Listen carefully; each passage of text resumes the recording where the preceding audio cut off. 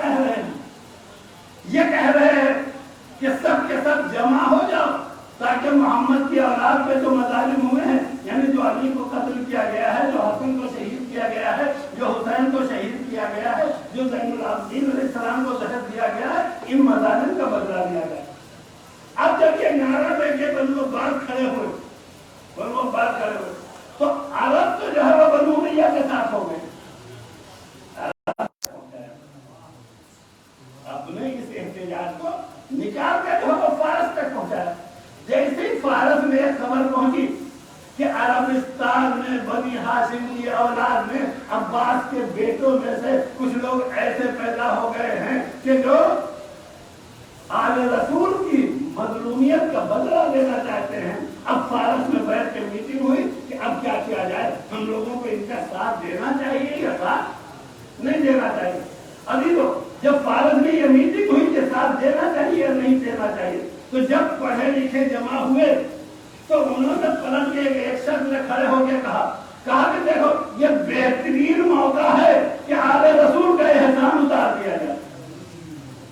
اب کسی نے پلٹ کے پوچھا کہ آل رسول نے ہمارے ساتھ کیا احسان کیا، ہمارے ساتھ احسان کیا کیا انہوں نے کہ تم یہ کہہ رہے ہو کہ ان کے احسان کو اتار دیا جائے؟ تو مطلب اس شخص نے کہا اس سے بڑا احسان کیا ہو سکتا ہے؟ جس دن ہماری شہزادیاں کنیز بن رہی تھی، اگر ان کو کنیزی سے کسی نے بچایا ہے تو وہ آل رسول ہے، وہ فرزند ابو طالب ہے۔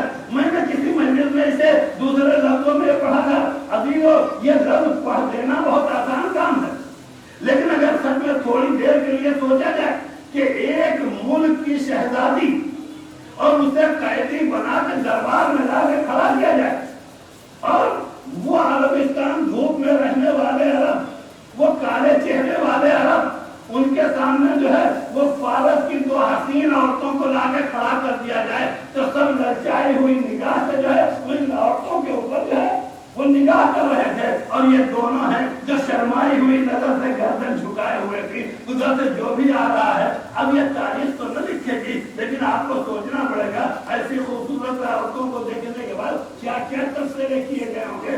آخر میں یہ طے کیا گیا، اس نے کہا اسے ہمیں آگے حوالے کر دو، انہوں نے کہا ہمارے حوالے کر دو۔ حاکم وقت نے خلیفۃ المسلمین نے کہا کیا ایسے نہ دیں گے، اب آپ بولی لگائیے، جو زیادہ پیسہ دے گا اسے دے دیا جائے گا۔ آپ سوچیں ایک عزتدار اتنی بڑے گھر کی بیٹی، اس کے لیے کوئی کہے 10,000 درہم میں ہم خریدیں گے، کوئی کہے 20,000 درہم میں ہم خریدیں گے۔ میں ایک جملہ کہوں گا، پڑھنا بہت آسان کام ہے، لیکن اگر ان بیٹیوں کی جگہ پر کھڑے ہو کر سننا پڑے تو اندازہ ہو یہ کتنا مشکل کام ہے۔ ابھی یہ بولی لگ رہی تھی کہ آخر میں جیسے مرحلہ پہنچا کہ ادھر سے اتنی بڑی رقم آئی جس کے مقابل میں کوئی نہیں، ادھر سے اتنی بڑی رقم آئی جس کے مقابل میں کوئی نہیں، اور لوگوں یا ادھر سے خلیفۃ المسلمین کا فیصلہ ہو کہ انہیں ان کو دے دیا جائے، انہیں ان کو دے دیا جائے۔ تاریخ میں جملہ لکھا ہے کہ ابھی یہ بات ہو رہی تھی، ابھی کسی کے حوالے یہ عورتیں نہیں کی گئی تھی کہ اندر دربار میں ابو طالب کا فرزند داخل ہوا اور اس نے پکار کے کہا خلیفۃ المسلمین کیا تجھے اتنا بھی نہیں معلوم، بنات الملوک لا تباہ، شہزادیاں بیچی نہیں جاتی، شہزادیاں بیچی نہیں جاتی۔ ابھی تو یہ جملہ جو ہے وہ صرف جو ہے وہ شہر بانوں اور ماں بانوں پہ احسان نہیں تھا، پورے فارس پہ قیامت تک کے لیے احسان ہے۔ اگر آج بک جاتی تو ان کے اوپر کنیزی کا الزام لگتا، علی ابن ابی طالب نے انہیں بکنے سے بچا کے بتا دیا اب قیامت تک ایران سر اٹھا کے دیے گا، کسی میں ہمت نہیں ہے کہ جو کنیز زیادہ کر سکے، کسی میں ہمت نہیں ہے۔ لیکن ابھی تو صرف کنیزی سے نہیں بچایا۔ ایک بات میری یاد رکھے گا، اگر صرف بکنے سے بچا دیتے تو شاید وہ احسان نہ ہوتا جتنا احسان علی ابن ابی طالب نے اس کے بعد کیا۔ وہ سب سے بڑا احسان جانتے کیا ہے؟ ایک کو اپنے بیٹے حسین کو دے دیا، دوسرے کو اپنے بیٹے محمد ابن ابی بکر کو دے دیا، لیکن حسین کو دے دیا نہیں، بلکہ میں لفظ بدل کے کہوں ایک کو حسین کو دے کے ایک امام کی ماں بنا دیا، ایک کو حسین کو دے کے۔ اب سمجھ میں آیا، اگر یہ فارس میں رہ جاتی شہزادی بنی رہتی، کائنات کے حاکم کی ماں نہیں کہلا سکتی تھی۔